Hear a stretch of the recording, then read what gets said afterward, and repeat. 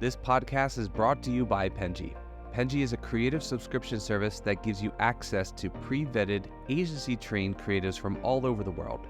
From graphic design to illustrations to social media management and web development, it's all included for one monthly price.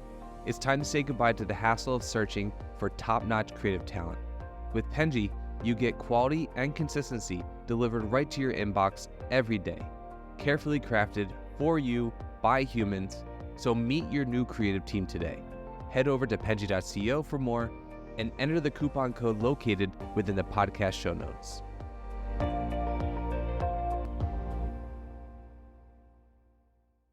Alrighty, hello everyone, and welcome to the Fully Managed Podcast, a podcast where we discuss marketing and business tips to help assist you on your business journey.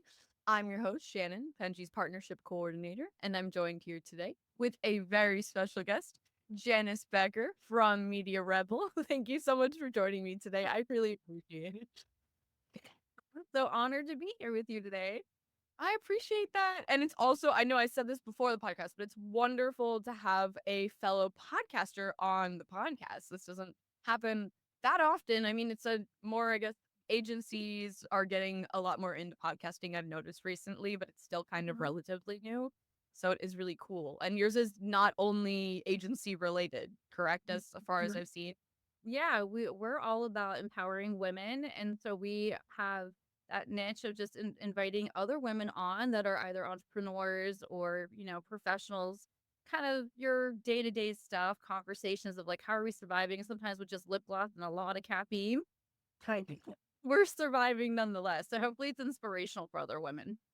Yeah, I think that's so wonderful. And I think that one of my favorite, maybe I shouldn't say favorite people, my favorite people to have on the show is women, because I do see that the agency space specifically, which is the people that I talk to the most, is definitely being more women centered. And it makes me really happy to see, because I think that previously, one, I think agencies are such a different environment than like a traditional corporate environment. And it's so nice to see women not only start their own agencies, start their own businesses more, but I think that it's such a better world because the corporate world has been so tainted for so long, and I sometimes don't see it getting better. But agency life just makes me happier. I feel like it's more manageable for people, especially like yourself. I'm assuming like being a single mother, it must be very busy, and to kind of make your own workload when you can do it must be a lot easier and manageable. Yeah, I'm really glad that you mentioned about women and agencies, because I think the last time I saw a statistic on it, only 20% of digital agencies are actually owned by women. So to be a woman owned and run agency is a really big deal for Media Rebel. And definitely as a single mom, I have multiple children. So I have 3 in high school right now, and I have 1 in elementary school. Yeah. So I am constantly running. I was just like venting about it this morning. I was like, oh my goodness. It was like I had to run to this doctor's appointment for this kid, come back here, do something else, leave again, come back again. But at the same time, when you're a business owner, you're always working. So the downside to that is sometimes you don't know when to unplug. So I'll go home and I'll be like, oh, wait, I still had this thing to do. I forgot. And I'll be working until 9 or 10 o'clock at night. Remote work has definitely added to, I think, like if you're already so work centered and you don't know when to stop, when you're remote, it's that much worse because you don't have the separation between life and work, because you can always be working. I Wow. think that Balance is so important. it's very difficult. I do like talking about it because I think that it's not talked about enough. Something that I really admire about the agency world is that I think there's so many things that are spoken about that weren't previously in a more corporate environment. As I kind of mentioned earlier, I think that it is definitely different. And so I do like that people are having more conversations like this of like easier workload or being more understanding of days off, or when you're doing your work, like when people work best, because some people work best in the middle of the night. Some people work best during normal work hours. And I think that but just being able to manage it yourself is really difficult if you have that opportunity to work always. Like Mhm. it's never done. Yeah, that's something that is really important here to us was, I want everybody to work to what suits them the best, but also, client work is important and essentially it needs to get done. But we've been able to maintain a pretty good balance with the team members. Some are fully hybrid, or I mean, fully remote, some are hybrid, you know, prefer the office environment because I think for some people, when you come to an office, you are able to know that when you leave, like you're done with your work for the day. Because, like you said, when you work from home, it's like, oh, okay, well, now I can just good. So it's all done. And then you're overworked and tired. So, work life balance is such an important thing. But also realizing that I think like the Monday through Friday kind of 9 to 5 is an outdated tactic. And a lot of smaller businesses and entrepreneurs like myself are realizing that it's not 9 to 5 doesn't work for everybody. So it's whatever works best for you as long as the work gets done here. Yeah, I really appreciate that. And I think that should be more generally accepted as an entire culture. I think that um that would improve productivity so much. Like as long as people are meeting deadlines, which is probably the most important thing about that process, unless it's unrealistic of the deadline, which I'm assuming would be realistically set in the beginning. Um, you I think meeting people where they're at is super important because this expectation of a one size fits all for anything, honestly, like school, it I think should be altered as well. But work environments are not sustainable for most people, I think, when they're this like cookie cutter approach that works best for everyone. I don't know if there's any studies on the 9 to 5. There should be more. Don't. I mean, I hear a lot of people. I know over in Europe, it's something they've implemented for a while now. It's just the Monday through Thursday, which is something that we do Mhm. here. For everybody but me, I still work Fridays. I just can't not do it. I've tried. I mean, I think I stop at like 11, but I don't know what to do, you know? How are Right. you maintaining your work-life balance? It's not. That's like, being honest,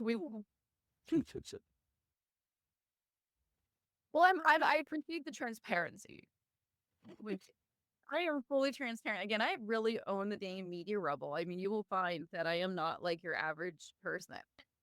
Well, speaking of Media Rebel, so you guys do uh advertise yourselves as rebels, so to speak. Do you have an example of maybe a campaign where you did something kind of out of the box or risky that worked really well? That's a great question. I I know always that feel like segues super fast.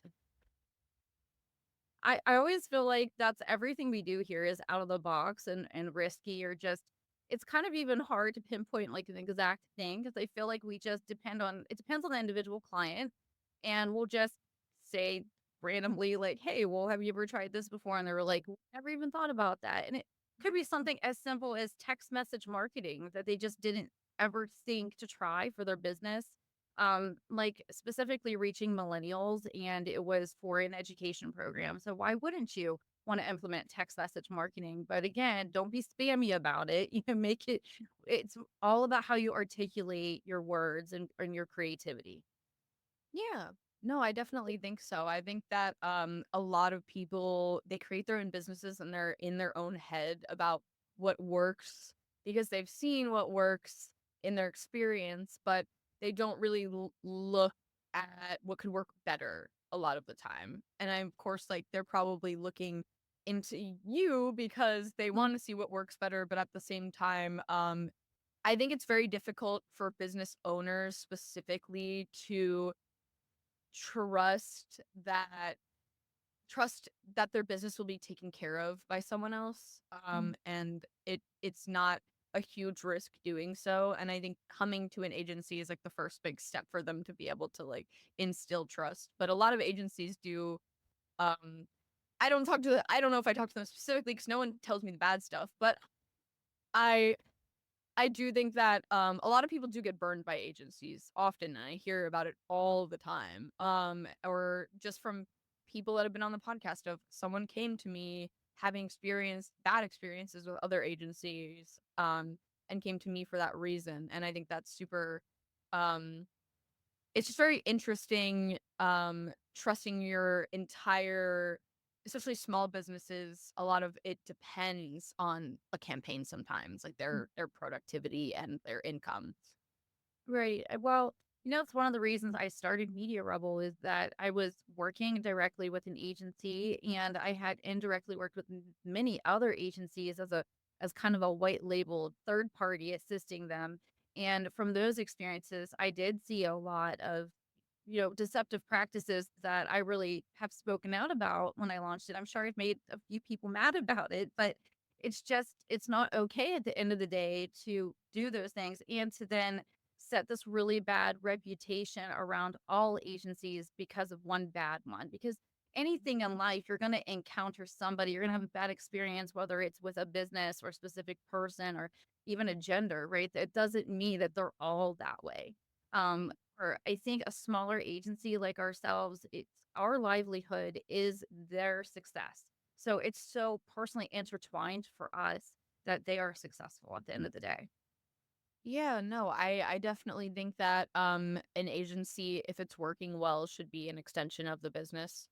Like we are a part of your business. We're not just doing this work, or we're not just like a contractor kind of relationship. It's like, no, this is we care about the successes of this just as much as you do. And I think that people can really see that.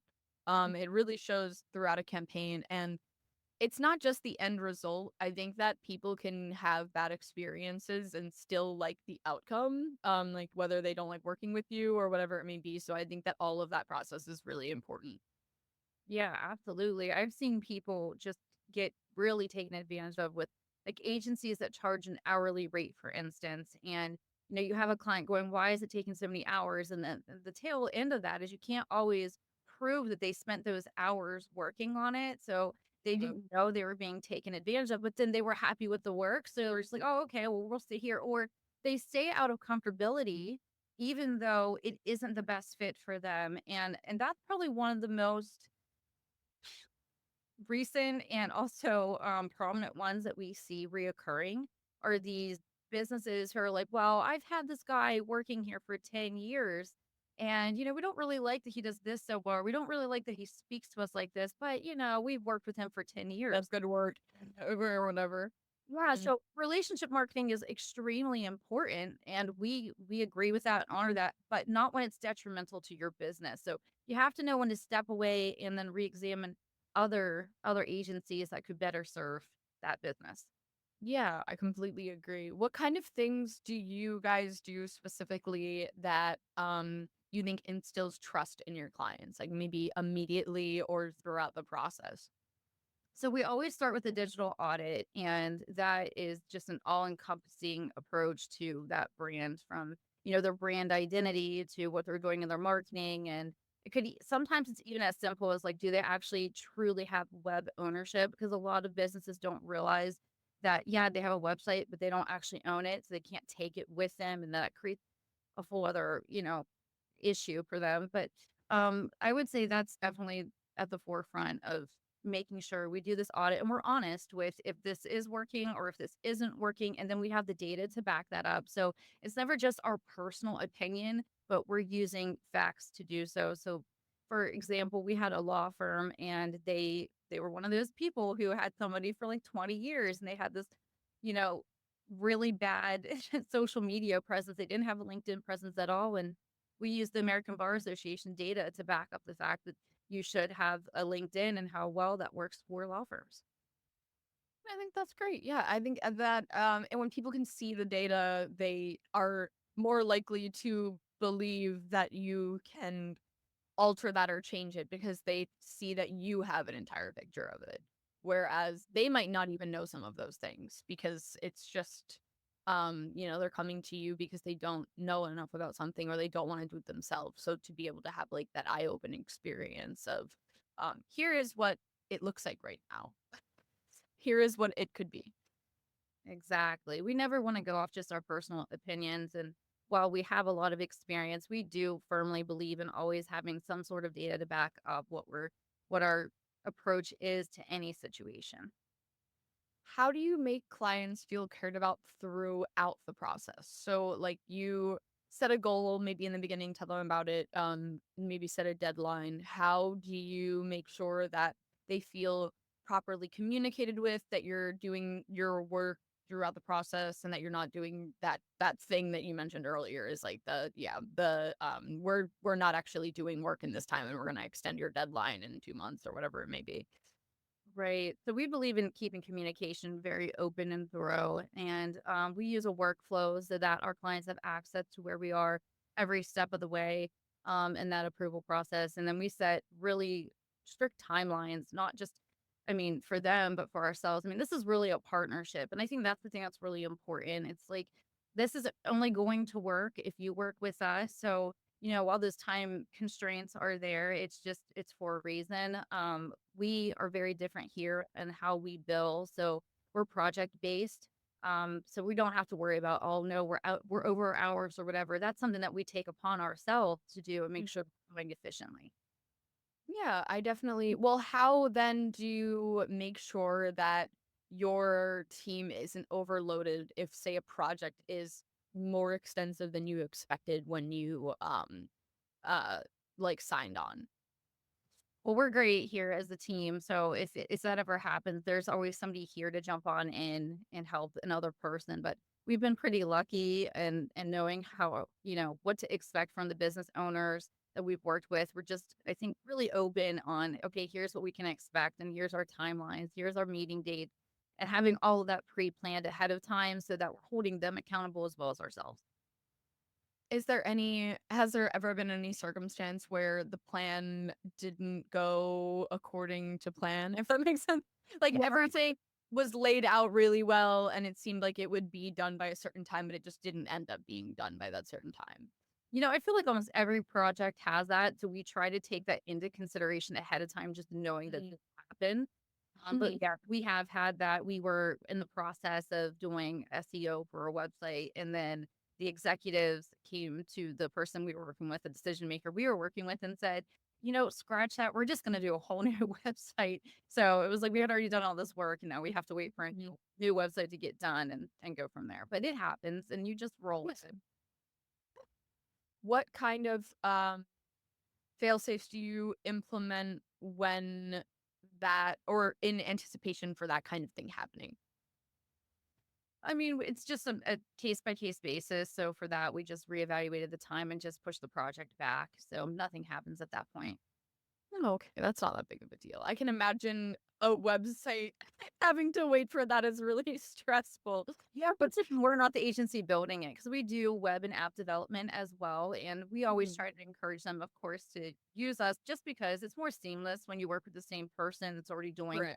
everything else for you. Mhm. But that doesn't always happen that way. But in this instance, we were really pushing that because our web developer wasn't going to SEO, wasn't going to integrate analytics into the website. And so that just causes more work for the client. That's more money for the client. I don't understand. But that's what happens sometimes when you're working with a company that has that certain hierarchy of, okay, executive leadership does this, and you don't have access to them. It's very difficult to when there's not fostered communication between different departments with the people that you work with, it's definitely very difficult to manage when things like that. Absolutely. That's why we always try to push that communication with all levels of leadership. But like I said, it's, bigger corporations are the ones that are the most difficult to really get everybody in one room to sit down and talk about it. And it's No. all different when what you do day in and day out is completely different from, what they're doing for them to really understand why it's necessary because they're looking at their time could be valuable somewhere else. Yeah, it's difficult because they probably nitpick a lot more too in the idea or like are impatient in when things should they take a normal amount of time, but yeah, I definitely can see that would be difficult. It actually makes more time in the project because they didn't just listen in the first place. But Yep. sometimes people just have to learn. I definitely agree. I think well that actually brings up a great question is if you believe that objectively a client is wrong or they have a bad idea of what will work out and are recommending that to you, how do you kind of like break that to someone? Or do you just say, hey, we'll do that, but I don't necessarily agree. So I always say, I worked with an agency that was a yes agency, and even if they didn't think it was the right thing, they would do it. Again, that's where we really embody the media rebel name. We speak up and we say, look, it's our expert opinion based upon XYZ that we should be proceeding this way. But if you want to continue that, we're more than happy to try it. When you learn that it isn't going to work or it doesn't work, then we're here to pick up the pieces and do it the way that we had suggested in the first place. But we always try to come, and I think we do a pretty good job of, again, going to the communication and just being on the same page with the client and just and working together on how we're going to get it done. Yeah, no, I think that it is important to meet a client where they're at. It could be that maybe they have opinions that maybe aren't backed up by facts, or they think that something is going to work out. But sometimes I think that they do know their industries, and it's difficult to, like, even if it seems like something that might work out, it could. And then, as long as you're doing everything in your power to make good work, regardless of whether you agree with like what the outcome might be, I think they're happy to do that, especially if you preface that, hey, I don't know about this, but I think that you can get in trouble that way. Well, what I like to always tell them is you absolutely know your industry better than I do, but I also know mine better than you do. So Yeah. sometimes what they're talking about is really more on a marketing level and not so much on the industry level, like their way of thinking. So I think that has helped kind of change some of the more stubborn people on, hey, I want to just do things my way. Yeah, it's definitely there's a difference between knowing your industry and knowing how to market your industry. I think people don't realize that. Of course, like again, I think people focus on what has worked in the past. But that definitely takes away from what could work in the future better than what has worked in the past, and that's obviously why they're looking for this type of help. Because that's what they need. So it's just important that they acknowledge that. But it's hard to get them to sometimes, even if they're coming to you. Oh, yeah. Yeah, it's funny how people will do that. Of course, it's like, "Hey, reach out to the expert, but you don't wanna listen to the expert." I mean, you really gotta take that into consideration sometimes. I'm looking for help, but not the kind of help that you're telling me I need. Yeah. Has there been any time where you felt like you really learned something from a campaign that maybe wasn't something that you expected like throughout a process? I would say any time that we've had co-op involved, so HVAC industry is really big for that, and we've had a lot of HVAC clients, and they're just, you have to be more careful about abiding by that. And there was something that the distributor wanted to use, and thought that they had to go ahead, and then legal got involved from the co-op and was like, you can't do that. So it was like you had to scratch it, restart, redo that whole creative Right. that you could do. But yeah, it's always get legal involved at the beginning if you can, and not the middle and the end, to save you heartache, even if your client is very certain that it's okay to do it. Always check with legal. No, that makes a lot of sense. I think that must be a tricky industry to work with. I know there's a lot of I talked to someone the other day who works in the medical field or works with a lot of an agency that works with the medical field. And there's so many legal implications around making a website for a any kind of like a doctor's office, even because they have to be HIPAA compliant, and they have to have all of these different incorporations that you wouldn't think you'd have to. It's just something that's not on the forefront of your mind if you don't specialize in it, so I completely understand. Yeah, there's definitely a lot of legal jargon involved with the medical field that we have also encountered. I mean, it's funny that it's kind of reminds you of like the pharmacy commercials that you get. Like pharmaceutical commercials always have like the really long list of possible side effects that maybe affected one of 500 people, but they have to tell you. Yeah, it's kind of the same thing when you're doing anything for them. So like always leave room to put the little stuff at the bottom of here's all of our legal. Yeah, no, it's definitely just that long list that you have to abide by and do everything that's check all these Yeah. boxes. Crazy. I cannot imagine. It is anything that involves that, I do not touch. So I commend you. Or So for the last part, because you also do a podcast, I'd love to pick your brain about your podcast. So, um, number one, what do you think the biggest pain is for when conducting a podcast? Like the most difficult time that you've had for it? oh man, I audio. For me, it has been audio.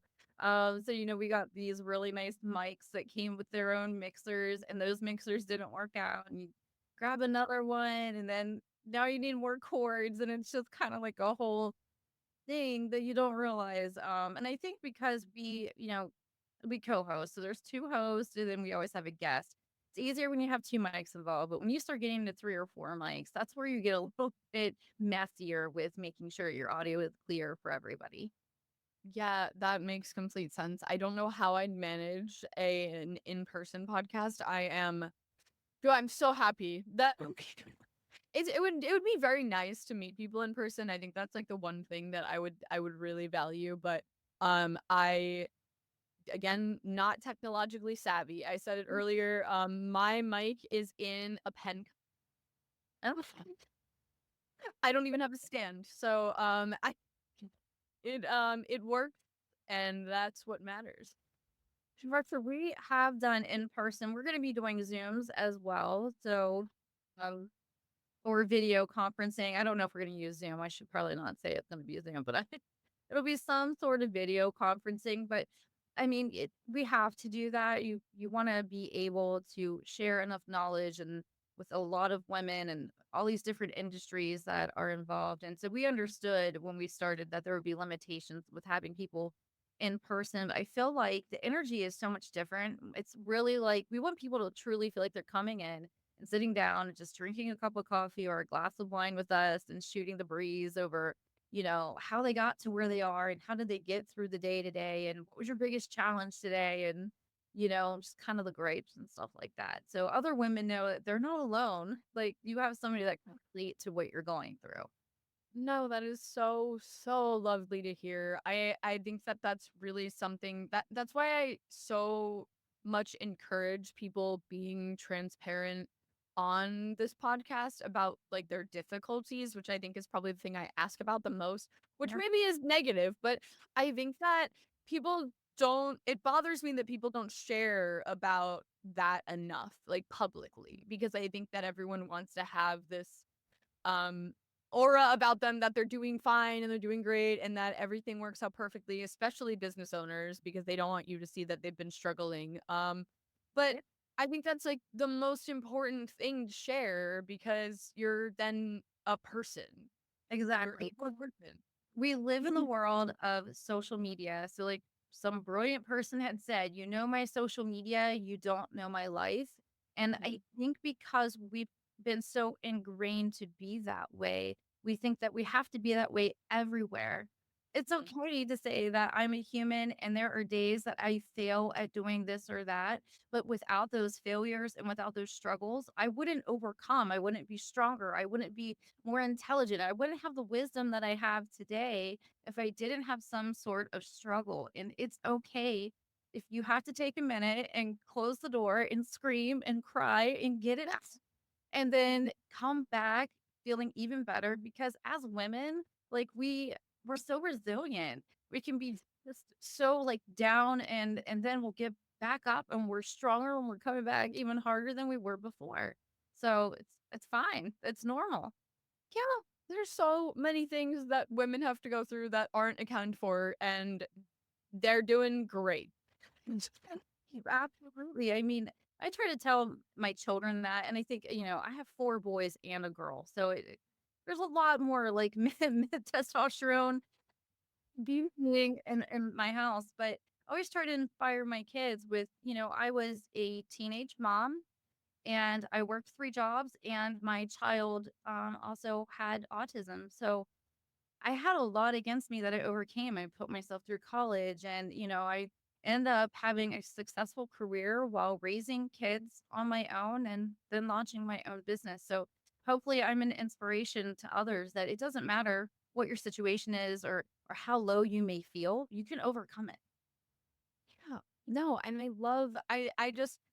love hearing more stories like that, and I hope that people in the future are more transparent and comfortable. I think that LinkedIn weirdly has created this trend of people maybe oversharing, but I kind of do like it because I think that having such a like professional social media, so to speak, um I rubbed me the wrong way in the beginning. I was like, this is very silly. It makes me uncomfortable. And the fact that we have to do it because that is how you network Yeah. is it just makes me almost angry because it's why I don't want to even go on my phone and now I have to network through a professional platform. But I do see more people being more candid on LinkedIn, whether that's for views or whatever it may be. I don't care. I just do like to see that because even if it's something that I'm like, okay, maybe I wouldn't share that on a professional platform. I'm happy to see it because one, it's interesting and LinkedIn can be rather boring. It's also transparent and I just really appreciate knowing that people are human beings and I think that that should be showcased more in a professional environment because then people are more accepting of that you are just a person in the professional world and you're going to make mistakes and you're not always going to be on the ball and that's okay. That doesn't mean you're a bad worker or you're bad at what you do. And I Yeah. want that to be something that's understood more in like the professional environment. Yes, I think we're definitely breaking down the walls when it comes to the professional world and how they've been just so very firm and had kind of like this stick up their butt mentality. And it's like I said, and you've hit the nail on the head. It's about being relatable at the end of the day. Like you don't want to network with somebody that you can't relate to. Yep. And LinkedIn is a professional social network. Again, that word is in there, social, meaning that you're going to be a little bit more out there, a little bit more personable, sharing those stories with people. But again, knowing that you have to have the boundary of that professional line. So I think we're seeing that right now, especially that they've integrated videos into the platform and really watching people kind of showcase that we're right on the line there. It's just such a fine line. But at the same time, if you do it right, it has really great rewards. Yeah, I definitely agree. It does. I I think that it does help you get to know a brand that you're gonna work with, especially if like the CEO is on LinkedIn talking about their life, um, and who they are. I think that that is something that can harbor trust in, your agency or your business or whatever it may be. And I think that is really valuable because if someone feels like they know you and people do that with social media marketing all the time. But if someone feels like they know you, they feel like they know your brand and your values and they're more likely to trust you and use your service or your business or your product. And um I think being transparent and being who you are authentically is the best way of, bringing people in, especially ideal people in. Like people that like you are going to be a better client too. Yes, culture is really important. And I think, not just for us, but for everybody, you want to be able to connect with a business where you feel like has a relatable culture to your own, or else, you may not want to do business with them. So that's another thing I feel like we've tackled too with our podcast as we were talking.